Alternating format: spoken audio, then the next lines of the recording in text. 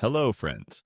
I know you're already used to this kind of news and that there's nothing new about it, but I'll say it anyway.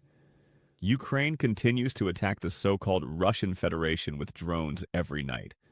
And this night, a number of facilities were hit. For example, the Tolyatti Azot plant, which is one of the largest ammonia producers in the world. Hello? Russia's electric power infrastructure was also struck last night in the city of Oryol, which is already well known to us. Several missiles hit the local thermal power plant, after which the city once again experienced problems with electricity and heat supply. Immediately after this wonderful event, residents of Oryol began to observe some remarkable anomalies. But overall, I must say that Russians remain very satisfied with the conduct of the so-called special military operation on the territory of so-called Russia. And finally, this day has come, and unknown kind people have begun attacking the power grid of the Rostov region. Why do I say finally? Because in the south of the so-called Russian Federation, the situation with electricity supply is the worst even without Ukrainian strikes. Power outages there happen constantly, both in winter and in summer, and if efforts are concentrated on this region, with minimal costs, one can achieve the greatest results. As it happens, electricity disappeared in Rostov for some reason, and today we will talk about Russian attacks on the Odessa region, and about how the European Union has finally agreed to allocate additional funding to Ukraine for the next 2 years. These are important topics, but first I urge you to subscribe to my channel if, for some inexplicable reason, you still haven't done so. And of course, press like on this video and leave any comment.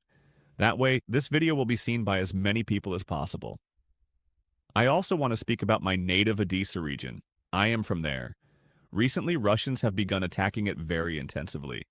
They strike with missiles, they strike with drones, primarily targeting energy infrastructure facilities in order to provoke a humanitarian catastrophe, to make life as difficult as possible for people, and to ensure that in winter the residents of the Odessa region are forced to live in inhumane conditions. But I see that the people of both Odessa City and the Odessa region are not giving up. They are holding on, and that is the right thing to do.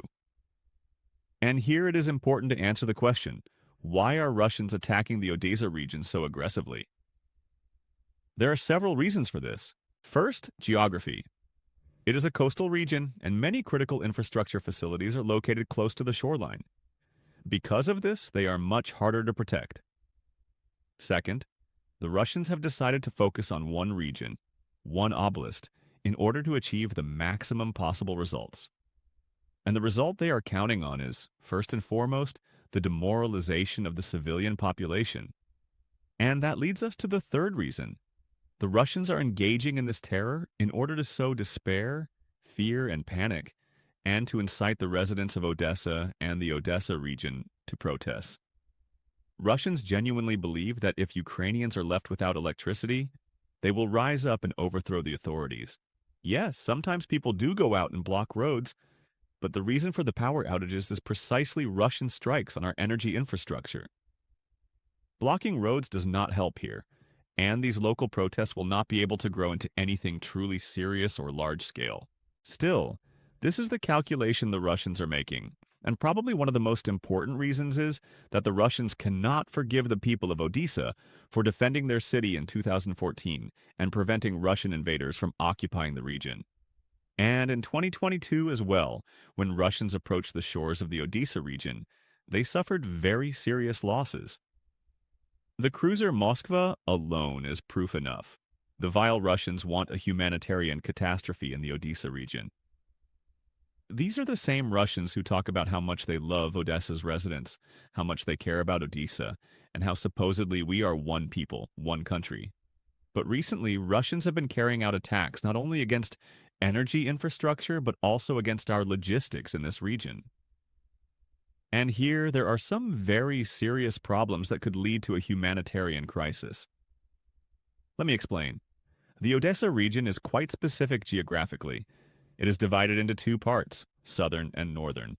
To get from the northern part to the southern part, and vice versa, you must cross either the bridge in the settlement of Zatoka or another bridge near the settlement of Maiki. There are no other overland routes. They simply do not exist. And recently, Russians have begun to massively attack precisely these two bridges in order to sever land communication within the region. They carried out massive strikes on the bridge in Zatoka. By the way, a separate thanks goes to the Southern Air Command, which still does not seem to know that drone air defense exists and allows Russian reconnaissance drones to freely fly around the bridge and film the attacks.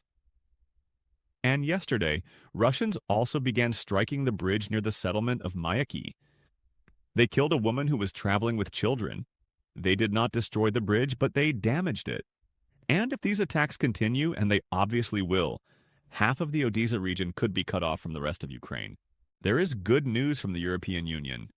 Ukraine will receive $90 billion over the next 2 years to finance our army, our defense, and to cover the deficit of our state budget. I will not go into the details of this decision right now, because of course it could have been done better. Ukraine could have been given more money. They could have finally handed over the frozen Russian assets to us, but Europeans are afraid to do that. Still, the decision is a good one, because we have serious funding problems for the coming years, and now part of these problems has been resolved.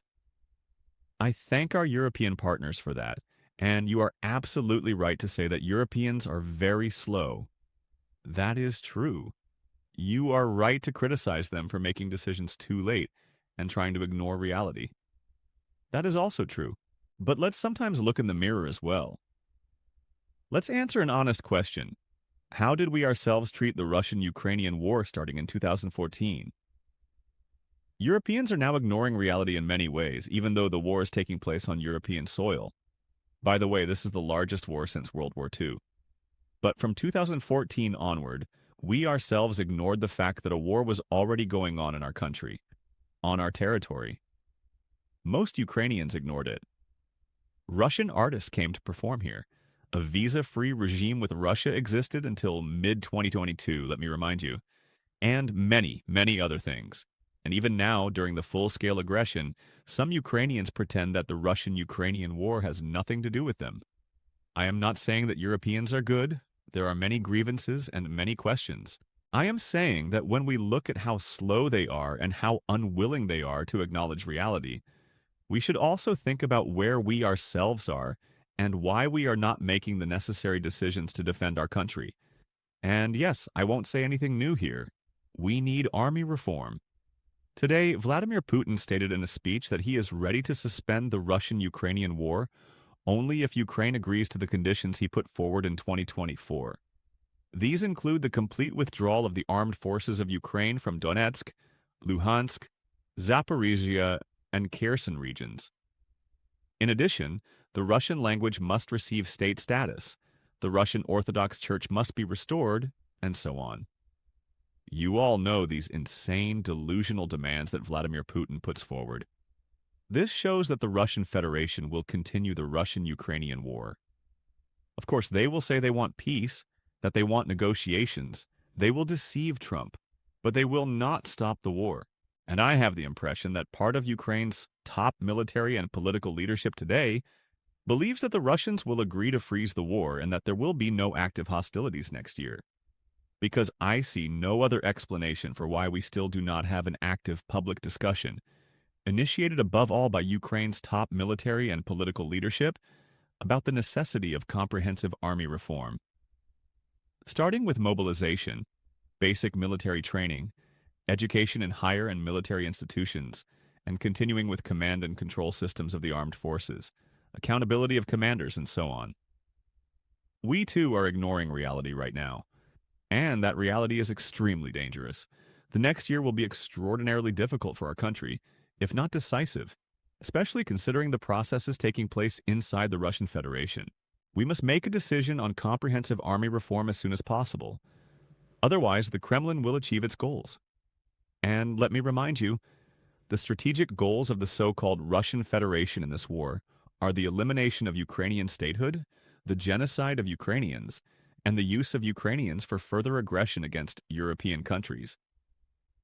That is the reality we face today, and ignoring it is extremely dangerous. So yes, Europeans are slow, Europeans are flawed, but let's also look at ourselves. The coming months, the next year, And perhaps even the next couple of years of the Russian-Ukrainian war will be extremely hard. It is time to face reality and make decisions, sometimes unpopular ones, for the sake of preserving the Ukrainian state. Because if we are guided only by popular decisions, the state itself may cease to exist. I very much want to be wrong. I very much want peace to come tomorrow. I very much want that peace to be just, but illusions do not bring peace any closer.